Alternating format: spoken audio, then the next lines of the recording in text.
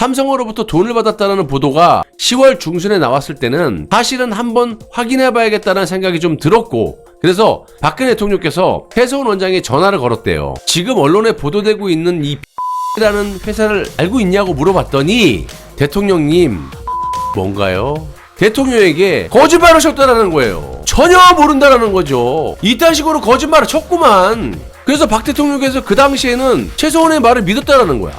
근데 대통령께서 최소원이 설마 나에게 거짓말할 거라고는 생각조차 못했다라는 거예요. 이게 최소원 원장과 박근혜 대통령의 마지막 통화였고 마지막 대화였던 거야. 근데 얼마 후, 네, 여러분 반갑습니다. 빵식이TV 빵식입니다.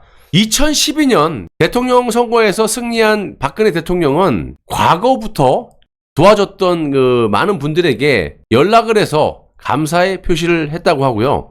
최소원 원장에게는 이 감사 표시와 함께 청와대로 들어가게 되면서 짐 정리 등을 부탁을 했었는데, 결국 청와대에 들어가서도 이전에 그녀가, 그러니까 최소원 씨가 대통령을 돕던 역할은 계속 이어졌다고 합니다. 자, 대통령이 되었어도요, 개인적인 일을 부탁할 만한 다른 사람을 찾는 것도 그리 쉽지 않았던 그런 탓이다. 또 낯선 사람에게 무언가 맡기고 부탁하는 것이 대통령의 그 성격상, 좀 성품상 좀 불편하기도 했다고 해요. 자, 어떤 사람들은 2016년 비선 실세 논란이 터지고 나자 차라리 진작에 최소원 원장에게 공식적인 직함을 주고 일을 시켰으면 어떠했겠느냐.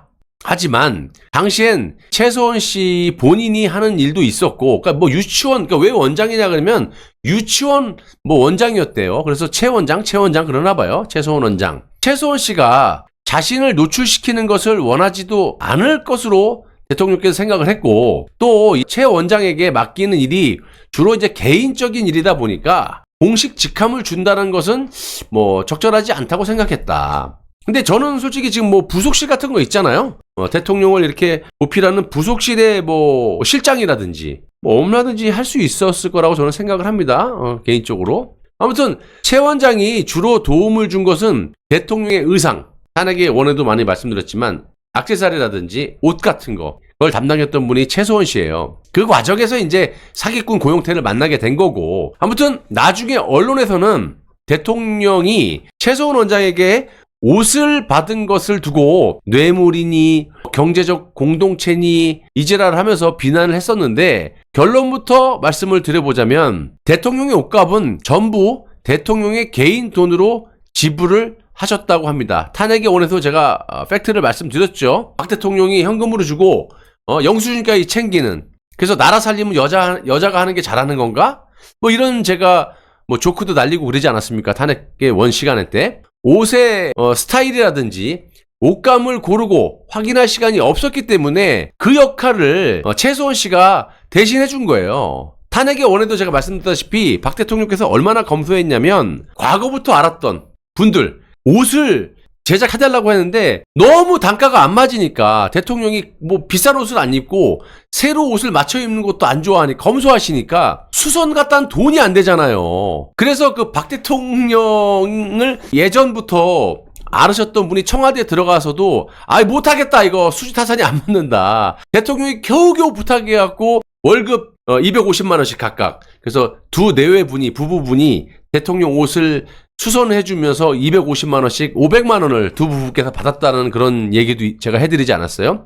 그만큼 대통령께서 검소했던 거예요. 아무튼 이런 것이 그렇게 이제 큰 문제가 될 거라고는 당연히 대통령께서 생각을 하지 않았겠죠. 배제했겠죠. 이걸 누가 뇌물로 엮으려고 생각이나 했겠어요. 대통령께서 어느 대통령보다 검소하게 생활했고 의혹을 안 받으려고 최소원 씨의 뭐 직함이라든지, 심지어는 대통령의 그 식구들, 박지만 씨라든지 동생들, 조카들 얼마나 보고 싶겠어요. 그 사람들도 청와대 얼씬도 못하게 하지 않았습니까? 대통령께서는 어렸을 때 청와대 경험으로 봤을 때 이 대통령 의상은 주로 영부인들의 목이었다고 합니다. 아니죠. 그 세상이 바뀌어서 김정숙이가 무슨 문재인이 옷을 만들겠어요? 지 옷 사입기도 바빠갖고 그렇게 쳐돌아다니고 그러는데, 그때 이제 유경수 여사 정도는 정말 여성의 어쨌든 아름다움이나 국모의 성품을 갖고 있었기 때문에 박근혜 대통령께서는 그때 이제 경험을 바탕으로 말씀을 하시지만, 유경수 여사에서 끝이에요.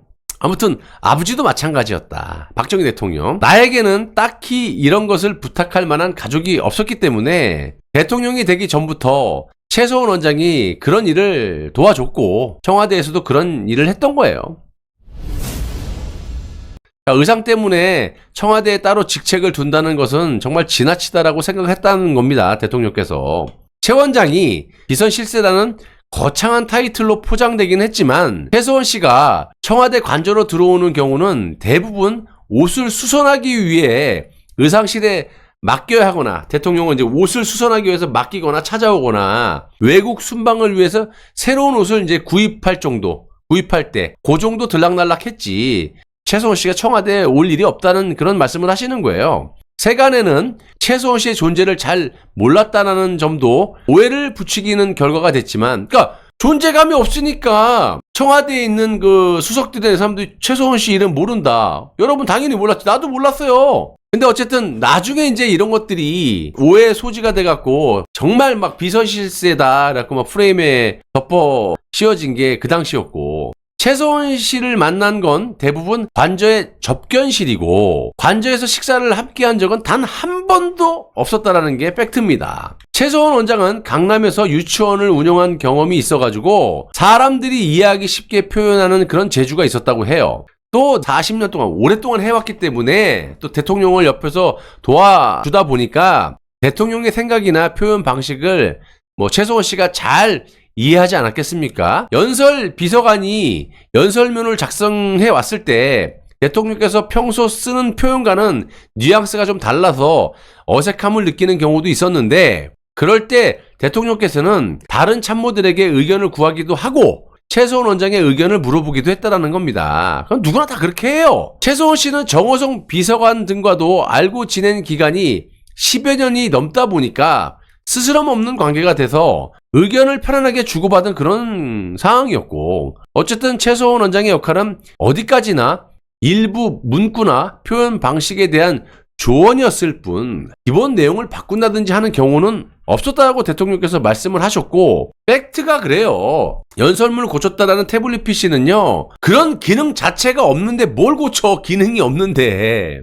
또 최소원 원장이 상식적으로 연설문을 고친 것도 아니다라고 말씀을 하시는데 나중에 이제 고용태 WK 이사라는 사람이 최소원 원장의 취미는 대통령 연설문을 고치는 일이라고 해서 정말 마치 이 박근혜 대통령의 모든 연설문이 최소원의 손을 거친 듯이 알려지게 됐지만 일부 연설문에 해당되는 것뿐 그것도 조언 정도만 들은 거지 본인이 직접 고치고 그러진 않았다. 그래서 대통령께서는 2016년 하반기부터 여러 언론에서 집중적으로 터져나온 비선 실세 의혹을 대통령께서 보시면서 다소 당혹감을 느꼈던 것은 사실이다. 그래서 대통령이 알고 있는 바로는 최소원 원장의 역할은 의상 및 생필품, 액세서리 같은 거 이런 거 싸게 구매하는 거 가끔 연설문에 왜냐면 이제 아줌마니까 또 유치원 원장이다 보니까 청와대 밖에서 아줌마들의 민심이 돌아가는 걸 알잖아요.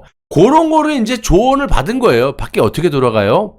그거 얘기한 거야. 대통령은 최소원 원장이 설마 그런 정도로 엉뚱한 일을 벌이고 다녔을 거라고는 전혀 생각하지 못했다고 하고요. 믿었던 거지. 40년 동안 자기를 보필했던 사람인데 오랜 생활 봐왔고 또 내가 어려울 때도 대가를 바라지 않고 도왔기 때문에 믿었던 거예요. 자, 최 원장이 독일의 비덱스포츠라는 회사를 세워가지고 삼성으로부터 돈을 받았다는 보도가 10월 중순에 나왔을 때는 사실은 한번 확인해봐야겠다는 생각이 좀 들었고 그래서 박근혜 대통령께서 최소원 원장에 전화를 걸었대요.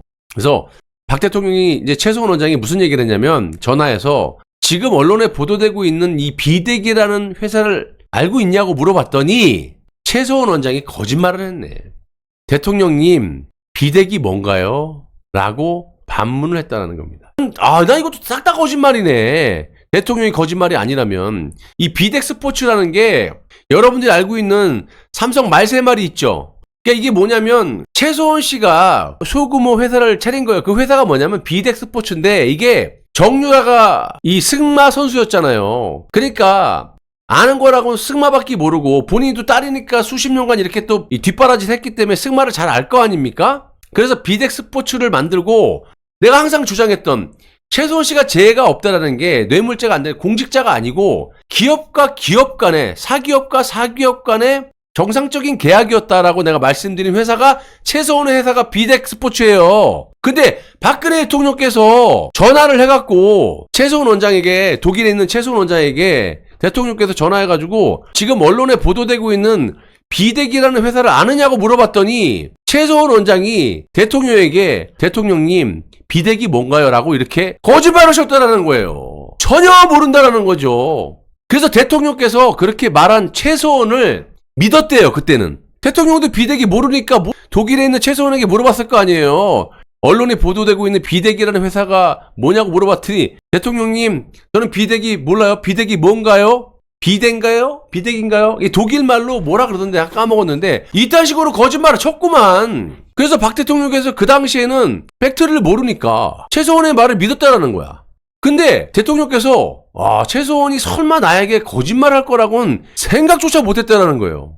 이게 최소원 원장과 박근혜 대통령의 마지막 통화였고 마지막 대화였던 거야. 근데 얼마 후 최소원 씨의 언니 최순득, 그러니까 장시호의 엄마 최순득 씨로부터 최소원 원장과 관련한 연락이 왔을 때도 대통령께서는 최소원 원장의 귀국을 종용을 했고 돌아오라고. 돌아와서 모든 것을 소상히 밝히면 국민들의 오해도 어느 정도 풀리지 않겠느냐 이렇게 생각을 하셨다라는 거예요. 자, 어찌됐든 사회 혼란이 커지는 것을 막고 분위기를 수습해야 한다라는 수석들의 요구는 일리가 있었다고 말씀을 하시는데, 그래서 박근혜 대통령은 10월 20일 청와대에서 주재한 수석 비서관 회의에서 미르 및 K스포츠 재단 의혹과 관련해 대통령께서 이런 말씀을 하십니다. 만약 어느 누구라도 재단과 관련해서 자금 유용 등 불법 행위를 저질렀다면 엄중히 처벌할 거다. 대통령이 수석들 모아놓고 그렇게 얘기했대요. K 미르스포츠 재단 관련해서 어느 누가 되더라도 이 재단과 관련해가지고 자금 유용 등 뭐가 됐던 간에 돈에 관련된 불법 행위를 저질렀다면 내가 너네들 가만 안 둘 거야. 이렇게 수석들을 모아놓고 박 대통령께서 얘기를 했다라는 거야.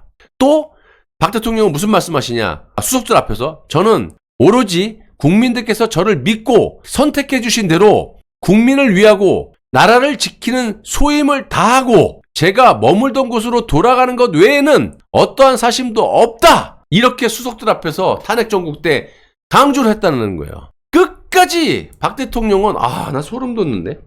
이게 거짓말이라는 박 대통령은 질타를 받아야 되겠지만 나는 최소원 씨가 지금 박 대통령 협박하고 국민의힘 총선에 폭망한다. 돈 더 걷어라. 우파 국민들 어르신들 개무시하고 7억을 걷어들더니 또 오더라고. 나 이런 최소원 씨를 나는 인정할 수가 없다라는 거예요.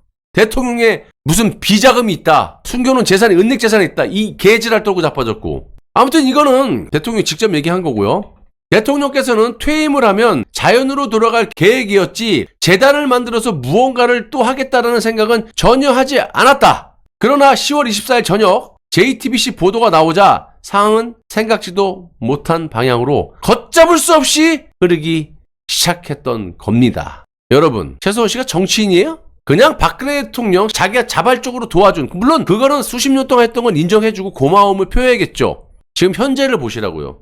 총선 앞두고 박 대통령을 음해 비방 폭로한다고 좌파 가서 돈 달라고 딸 시켰고 저러고 앉아있고 박 대통령 은닉 재산했다고 폭로한다고 우리 딸 돈 더 주면 내가 폭로하겠다. 어떠한 얘기도 하겠다. 진실이든 거짓이든 이런 놈의 모자를 여러분들이 왜 지지합니까? 자, 아무튼 진짜 박근혜 대통령께서 정말 이런 거를 감옥소에서 얼마나 울분을 정말 참고 견디고 이거를 우리야 막 터뜨릴 수 있지만 박근혜 대통령 지금까지도 올해 총선 대비해서 또 우파가 정권 연장을 위해서 정말 참고 계속 뒤로 미루시는 거예요. 그러면서도 아주 고도의 정치적인 전략. 총선 전에 딱 못을 받고 명분을 중앙일보에 게재한 것도 아마 뭔 이유가 있으실 겁니다. 제 생각은 보수 쪽에선 조중동인데 다 탄핵 주범들이야. 물론 이제 그 비중이 중앙일보 홍석현이 훨씬 더 세지만 그렇다면 박근혜 대통령께서 중앙일보 했다라는 거는 뭔가 또 의도가 있을 거란 말입니다. 고도의 난 정치적인 전술 전략이라고 봐요. 지금 보면은 탄핵을 완강하게 부정하고 있고 실명만 안 됐지 지금 직책을 얘기하면 법무부 장관 그럼 한동훈, 대통령 그럼 윤석열, 다 얘기하잖아요. 명분을 만들어 놓고, 왜냐면 정치는 명분이에요. 나중에 명분이 없이는 말을 못해. 이렇게 명분을 만들어 놓고 추후에 총선 끝나고 이제 보수 우리 우파에 악영향을 미치지 않은 그 타이밍 때 박 대통령이 분명히 지르실 겁니다.